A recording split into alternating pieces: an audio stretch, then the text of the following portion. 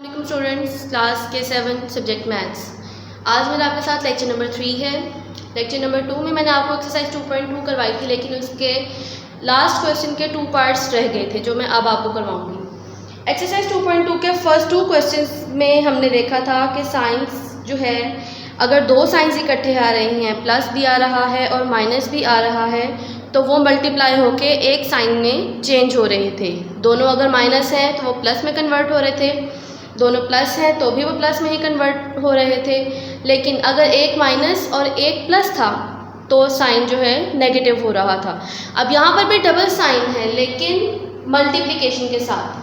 Question में आपकी है 1/5 मल्टीप्लाई -2/5। ये ब्रैकेट भी इसीलिए लगाई गई है ताकि हम साइन को सेपरेट कर सकें। फिर है मल्टीप्लाई -100/32।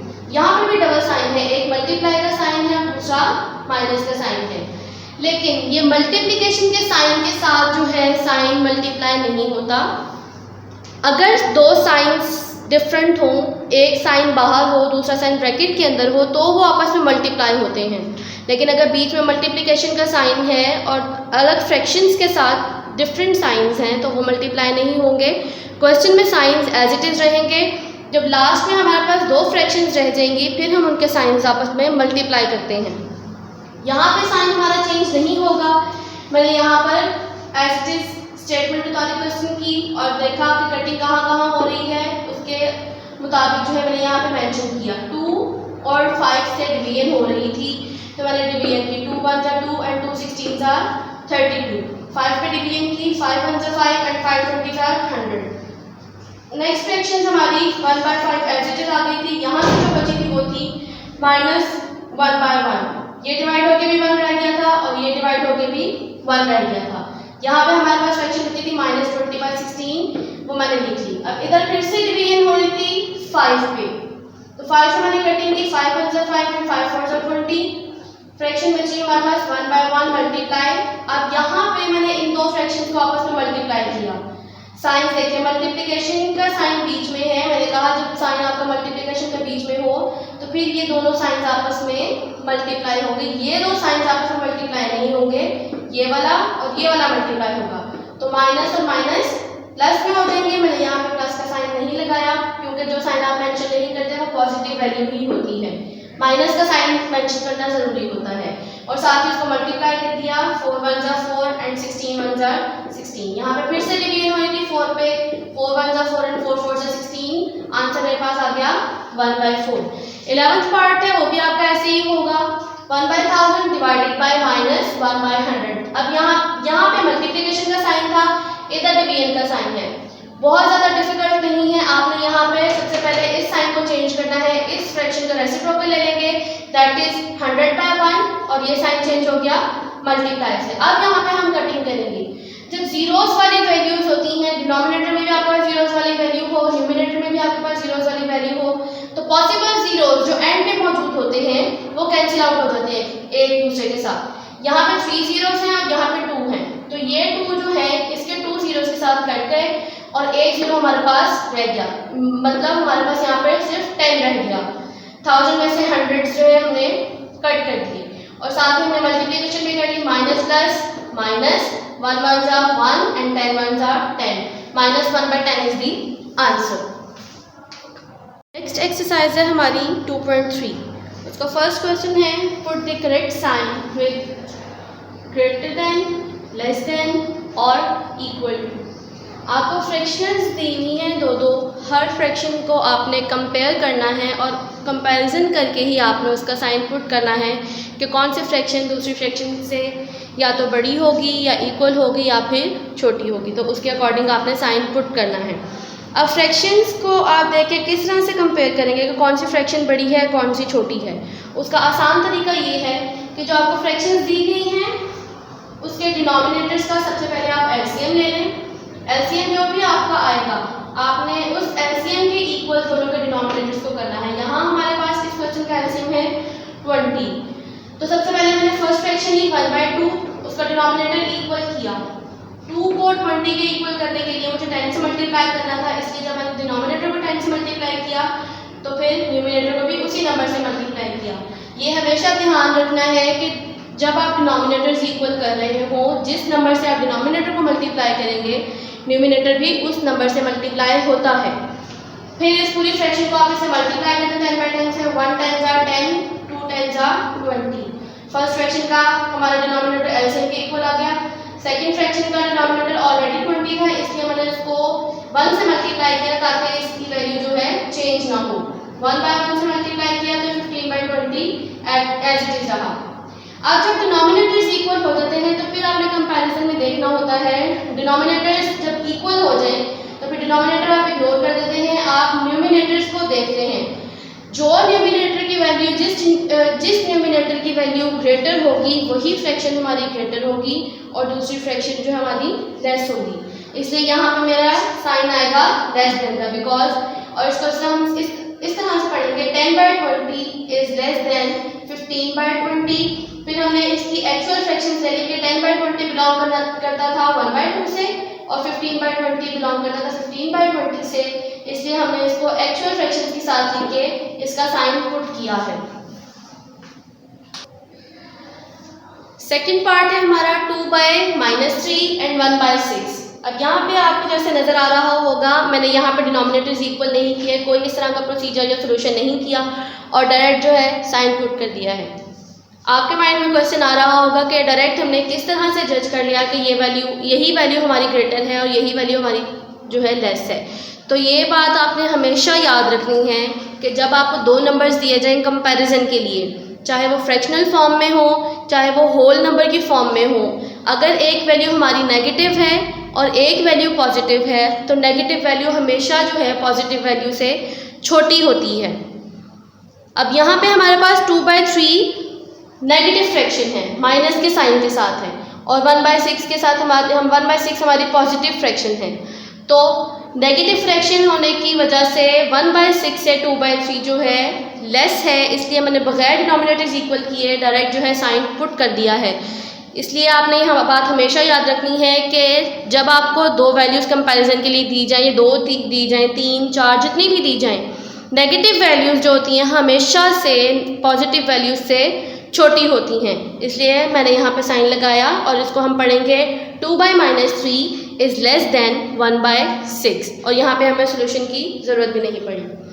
फिर है फिफ्थ पार्ट -1 -2 बाई 3। अब ये दोनों नेगेटिव वैल्यूज़ हैं, जिस तरह फर्स्ट में दोनों पॉजिटिव थी इसमें दोनों नेगेटिव हैं। यहाँ पे हमें प्रोसीजर की ज़रूरत पड़ेगी, हमें डिनोमिनेटर्स इक्वल करने पड़ेंगे, उसके बाद हम देखेंगे कि कौन सी वैल्यू हमारी ग्रेटर है, कौन सी लेस है या इक्वल है।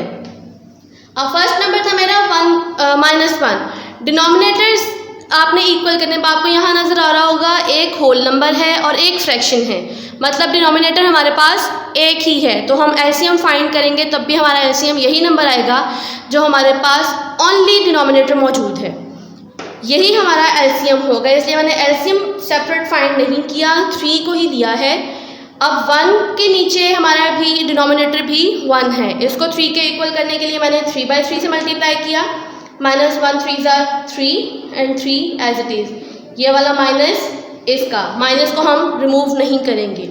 फिर सेकंड है -2 बाई 3, इसको मैंने 1 बाई 1 से मल्टीप्लाई किया ताकि इसकी वैल्यू चेंज ना हो, ऑलरेडी ये 3 था, ये चेंज ना हो इसलिए मैंने इसको 1 से मल्टीप्लाई किया, ये -2 बाई 3 आ गया। अब इन दोनों को जब हम कंपेयर करेंगे, डिनोमिनेटर्स मैंने आपसे कहा था इक्वल होने के बाद आप डिनोमिनेटर्स को इग्नोर करते हैं, न्यूमिनेटर्स को कंपेयर करते हैं।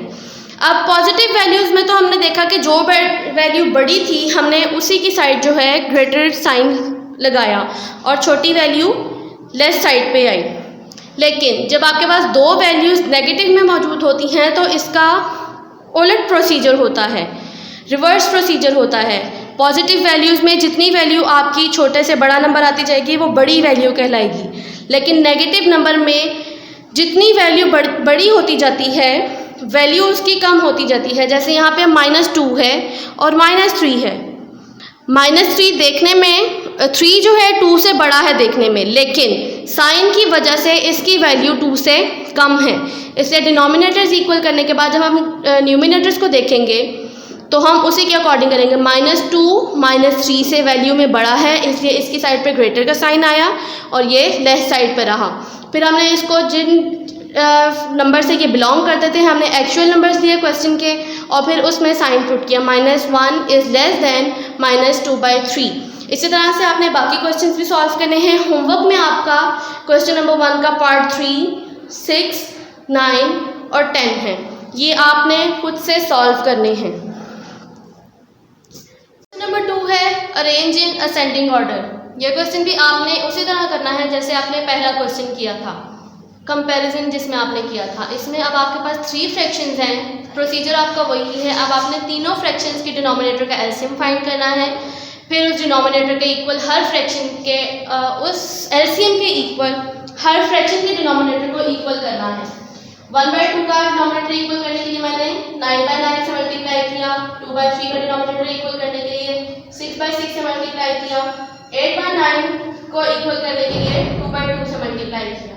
हमारे पास जो फ्रैक्शन आए वो था 9/18, 12/18 एंड 16/18। अब जब डिनोमिनेटर्स इक्वल हो गए, आपने न्यूमिनेटर्स को देखना है, क्योंकि हम यहाँ पे डिसेंडिंग ऑर्डर में हमने इसको अरेंज करना है। डिसेंडिंग ऑर्डर क्या होता है? सबसे पहले आपके पास ग्रेटर वैल्यू हो, फिर उससे छोटी, और सबसे एंड पे सबसे छोटी लिखी जाएगी। मतलब हमें लेफ्ट साइड से जब लिखना स्टार्ट करना है तो मोस्ट लेफ्ट साइड पे ग्रेटर नंबर होगा, बिटवीन में दरमियान में जो है आपका उससे छोटा नंबर होगा, और सबसे लास्ट में राइट साइड पे आपके सबसे छोटा नंबर हम लिखा जाएगा। अब डिनोमिनेटर में जो वैल्यू सबसे बड़ी है, न्यूमिनेटर में सॉरी, जो वैल्यू सबसे बड़ी है वो हमारी ग्रेटर वैल्यू होगी। अब 16 मेरे पास सबसे बड़ा नंबर है यहाँ इन सब में, तो मैंने इसको दे दिया इक्वेशन 1 का नाम, फिर उससे छोटा 12 था, ये सेकंड नंबर पे आ रहा है, और फिर 9 था, ये थर्ड नंबर पे आ रहा है। अब यहाँ पे मैंने नंबर्स के अकॉर्डिंग अरेंज कर दिया, लेकिन जब मैं साइन पुट करूंगी तो मैं एक्चुअल फ्रैक्शन लूंगी जो हमारे क्वेश्चन की फ्रैक्शन है। तो इससे जो बिलोंग कर रही थी फ्रैक्शन वो थी 8/9। सबसे पहले मैंने 8/9 लिखा, इसकी बिलोंग फ्रैक्शन 2/3 लिखा, और फिर 9/18 लास्ट में आ रही थी, तो ये बिलोंग करती थी 1/2 से, तो 1/2 एंड पे आया, और साइन मैंने पुट किया ग्रेटर देन का। इसको हम इस तरह से पढ़ेंगे 8/9 is greater than 2/3 and 2/3 is greater than 1/2। ये हमारे क्वेश्चन की स्टेटमेंट के अकॉर्डिंग जो है सॉल्व हो गया है। क्वेश्चन नंबर 2 के आपके 3 टोटल पार्ट्स है। एक पार्ट आपने देख लिया है, समझ लिया है, बाकी 2 पार्ट्स आप खुद से सॉल्व करेंगे, पार्ट 2 एंड 3। फिर क्वेश्चन नंबर 3 में है arrange the following rational numbers in ascending order. ये भी ऐसे ही है, डिसेंडिंग ऑर्डर में सबसे पहले जहाँ बड़ी वैल्यू आ रही थी, फिर उससे छोटी, और एंड पे सबसे छोटी। अब असेंडिंग ऑर्डर में सबसे पहले सबसे छोटी वैल्यू आ जाएगी, फिर उससे बड़ी, और फिर लास्ट में मतलब मोस्ट राइट साइड पे जो है सबसे बड़ी वैल्यू आएगी। सेम प्रोसीजर है, डिनोमिनेटर्स इक्वल करने हैं, एलसीएम फाइंड करना है। सबसे पहले एलसीएम फाइंड करना है, फिर डिनोमिनेटर्स इक्वल करने हैं, और इक्वल करने के बाद मैंने फिर इनकी नंबरिंग कर दी। सबसे छोटी वैल्यू जो थी वो 3/12, उससे बड़ी 4/12, और सबसे बड़ी 6/12। 3/12 बिलोंग करती है 1/4 से, इसलिए सबसे पहले आया 1/4। 4/12 बिलोंग करती है 1/3 से, वो मिड में आ गई वैल्यू, और 6/12 बिलोंग करता है 1/2 से, वो लास्ट में आ गया। यहाँ पे साइन मैंने पुट किया है लेस देन का, और इसको हम इस तरह से पढ़ेंगे 1/4 is less than 1/3 and 1/3 is less than 1/2। इसके बाकी के 2 पार्ट्स भी आप लोग खुद से सॉल्व करेंगे। क्वेश्चन 3 का 5th पार्ट में सॉल्व कर रही हूँ। 3/5 + 1/2 + 7/10 इक्वल्स टू 3/5 + 1/2 + 7/10। हमने प्रूफ करना है कि लेफ्ट हैंड साइड जो है राइट हैंड साइड के इक्वल है या नहीं। सबसे पहले हम लेफ्ट हैंड साइड को सॉल्व करेंगे, दैट इज 3/5 + 1/2 + 7/10। ये हमारी लेफ्ट हैंड साइड है। इसमें सबसे पहले ब्रैकेट को सॉल्व करेंगे, दोनों डिनोमिनेटर्स का हमने एलसीएम लिया, 10 आया, डिनोमिनेटर्स इक्वल किए, उनको ऐड किया, तो हमारे पास 12/10 आंसर आ गया। फिर 2 फ्रैक्शंस बन गई, फिर 5 और 10 का हमने एलसीएम लिया, दोनों के डिनोमिनेटर्स को इक्वल किया, इनको ऐड किया, तो 18/10 आया। मजीद 2 पे डिवाइड हो सकता था, डिवाइड होकर आंसर हमारे पास आया 9/5। ये लेफ्ट हैंड साइड का आंसर है, इसलिए मैंने इसको इक्वेशन 1 का नेम दे दिया। फिर हम राइट हैंड साइड लेंगे, सेम वही प्रोसीजर होगा जैसे हमने लेफ्ट हैंड साइड को सॉल्व किया है। यहाँ पे आंसर भी आपका एंड पे 18/2 आया, और डिवाइड करके आंसर आ गया 9/5। ये आंसर आया राइट हैंड साइड का, इसको मैंने नाम दिया इक्वेशन 2 का। फिर आप स्टेटमेंट लिखेंगे बाय कंपेयरिंग 1 and 2, मतलब इक्वेशन 1 और इक्वेशन 2 को कंपेयर करके देखेंगे तो आंसर हमारा सेम है 9/5 एंड 9/5। तो हम लिख देंगे it is prove that left hand side equals to right hand side. और ये अगर आपके आंसर्स डिफरेंट आते हैं तो फिर आपका क्वेश्चन गलत हो जाएगा। राइट हैंड साइड तभी इक्वल होगी लेफ्ट हैंड साइड के जब दोनों के आंसर्स मैच हो। होमवर्क में आपको क्वेश्चन 3 का पार्ट 1, 3, 7 एंड 9 है। रिव्यू एक्सरसाइज का क्वेश्चन नंबर 1, 2 एंड 3 आप खुद से करेंगे। क्वेश्चन नंबर 1 आपका कॉपीज पे सॉल्व होगा, 2 एंड 3 आपका बुक पर है।